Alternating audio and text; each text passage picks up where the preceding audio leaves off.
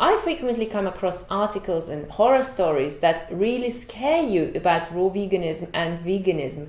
So let's cover the 4 very important points that you have to be aware of as a raw vegan or a vegan so that this diet and lifestyle doesn't steal your health. Let's go through it.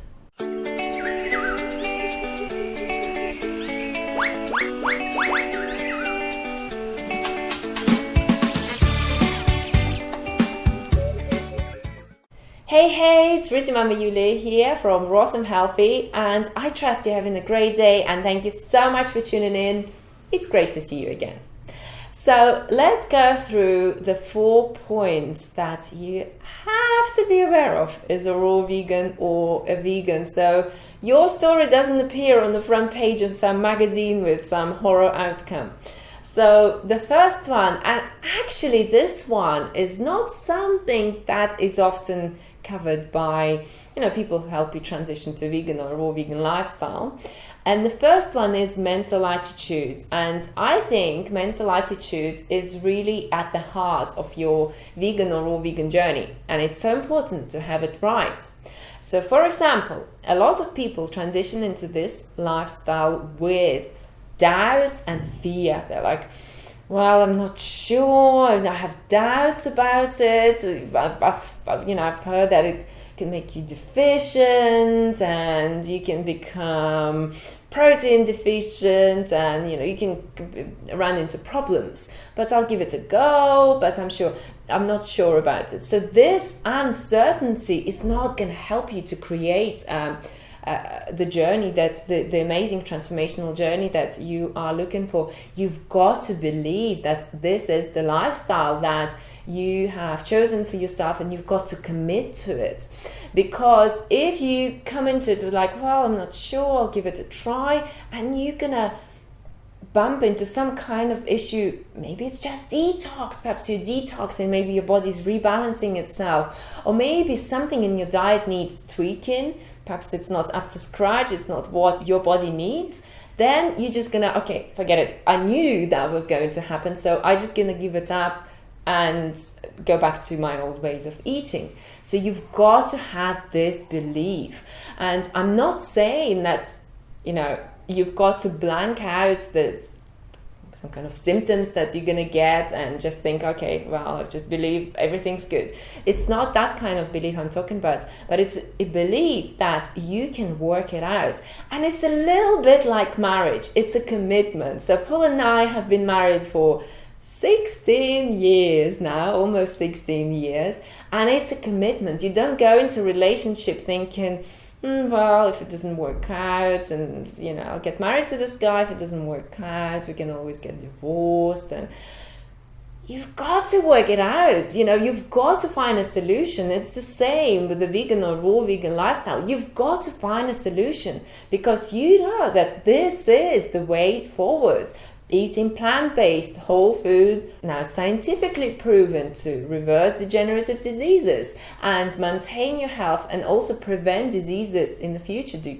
When you turn 60 or 70, do you want to be having aches and pains and arthritis and all kinds of major issues like cancer that people go through? No, you don't. And this is why you're committing to a vegan or raw vegan path. And this is why you've got to tweak and study and research and seek information and help and coaching and sign up to programs that are going to provide you with that information that will help you to succeed. So moving on to number 2. And number 2 is that everything under label vegan or raw vegan means healthy. And I invite you to move away from this idea completely, because a vegan diet that is full of processed food is a junk diet. Okay, it's vegan, you're not eating animal products, you're not having dead bodies in your body, but it's junk diet. It's a junk food diet. So you're still gonna have issues, health issues. And if your goal is to restore your health and maintain your health, and it has to be your goal. If it's not your goal to be healthy and to remain healthy for the rest of your life, then what reality are you going to create for yourself?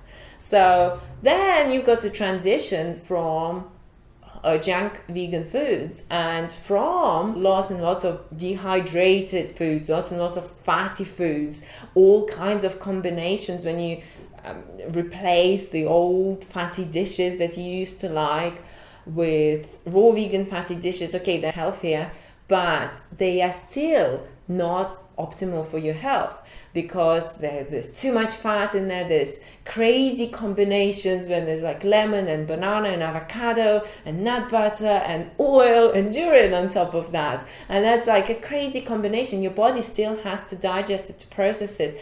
And if you're recovering from poor digestion, which most people in the modern world have got poor digestion and gut issues, then you definitely don't want to be eating that way. So think whole, think simple, and think raw, as much raw as possible for your optimal health.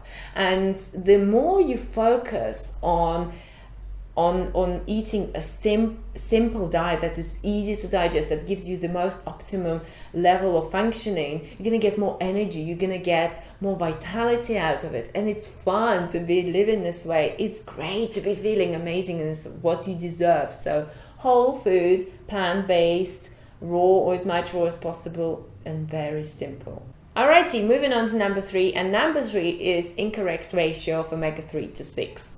And again, vegans or raw vegans can bump into this issue if your diet includes lots of oils, if your diet includes lots of seeds and nuts that are rich in omega-6, for example, sunflower seeds, pumpkin seeds, and so forth, pistachio nuts and other nuts. Most nuts are richer in omega-6 than in omega-3. Then you're going to run into omega-6 and 3 imbalances. And when you do so, you're going to experience inflammation in your body, and you're going to start experiencing health issues. So diseases will start happening as a result of incorrect omega-3 to 6 ratio. And again, when ex-raw vegans or ex-vegans share their horror stories, I always think, I would love to have a look at exactly what they have been doing to say, hey, you could have corrected this, that, and that, and you could have succeeded and stayed on this lifestyle versus you going off it and blaming it and going back to eating meat and animal products, which we know is not a way forward at all, not for your health, not for the environment, not for the animals. Alrighty, so moving on to number 4, and number 4 I think is so important, and number 4 is supplementation. So we have all kinds of people coming into a vegan or raw vegan diet, and we all have different levels of health, and we all have different levels of gut health. Some people's gut health has been compromised, and they don't absorb nutrients as well as other people do. Some people live in areas where there's amazing quality to their produce. This is like the best of the best, or they even grow their own. Other people live in areas where they can't get hold of top quality produce. And then some people have gone through certain issues and diseases that has compromised their health and ability to digest and absorb nutrients. Other people haven't. So when you see raw foodists who have been raw for like 10, 20, 30, 50, 60 years, and they say, I've never supplemented and I'm cool. Well, first, I would love to see their blood work and blood tests to just make sure that what they're saying is true. And second, put that raw foodist to another raw foodist, and they're not the same. As I said, we all got different backgrounds. So supplementation is very necessary for you to explore, for sure. And certainly B12 and vitamin D is something that you want to keep on top. And then on top of that, there are certain areas that you still need to be aware of and cautious of. For example, zinc, selenium, which you may not get enough of on a raw vegan or vegan diet.